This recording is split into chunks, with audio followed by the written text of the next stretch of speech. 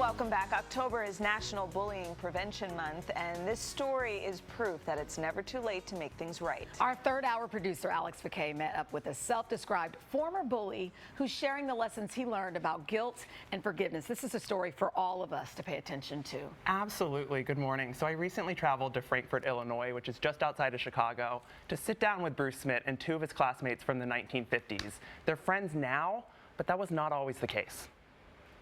It wasn't something that was in my head every day, but it just came back to haunt me from time to time.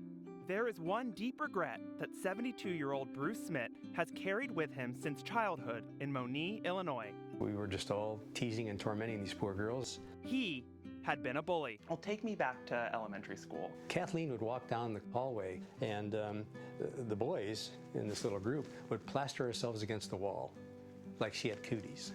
A pain Kathleen and Lorraine Riss have never forgotten. We never knew why. I remember nobody wanted to get near us. It was very mean. So we quietly took it and just kept the hurt inside of us. The bullying followed the Riss sisters all through high school.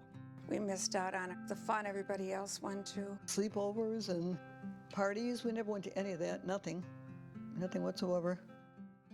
Was there a specific moment that you stopped and you realized later in life that, wow, I'd been a bit of a bully? When I met my wife, I started telling her some of these stories, and I once said to her, if I could find these girls, I'd apologize to them. Bruce's wife, Tammy, decided to give him his chance. For years, I watched Bruce's eyes tear. He would cover his face, and he would say, I hope they've landed someplace safe. So I went online, and I Googled, and bing, just like that, this name popped up. It was Kathleen Riss. For the Riss sisters, hearing from Bruce was life-changing. 60 years later, you get a Facebook message. What did you think? The first thing I did was call her, and she told me to answer back. What if it would be somebody from high school that wants to apologize? They deserve to be heard out. The sisters, along with Bruce and Tammy, met up for lunch over a year ago, so Bruce could do just that. I had to say, I'm sorry. It took some courage. What did an apology mean to the two of you?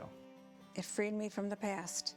I mean, he actually gave us a hug, and we said the Risses never got a hug, ever. It's like we're a big family right now. And so it was the start to a new friendship, 60 years in the making. We are appreciative of the newfound friendships that we were able to share. These friends are now sharing their story, hoping others will learn from their past. Is it ever too late to own up to your actions? As we found out, no, it's never too late. If you're bothered by whatever you've done, you just need to make it right. It's the right thing to do. God forgives, so we can too. Oh, go ahead and tell them what you're Sorry, I was just telling you off camera. It's just moving me to tears. Lorraine and Kathleen, they forgave Bruce before they even met for lunch that day. As soon as he reached out, they'd already forgiven him, and they told me because God forgives, they can too. And you said, it's interesting because we were talking about forgiveness earlier today, but you also said that they had never had lunch with a classmate until that moment. Until that moment when they met, they used to eat lunch every single day. That was the first time that they'd had lunch with a classmate. And to know how it impacted their whole life. I mean, if there's somebody you want to say sorry to, just come out and say it. It could change their life for the better. It's never too late. And now look at this unlikely friendship. Right. Isn't it beautiful? Alex, thank you. And we've put some good resources on how to deal with bullying on thirdhourtoday.com. And talk to your kids. They shouldn't be bullies, and they should stick up for other kids who are being bullied. We'll be right back.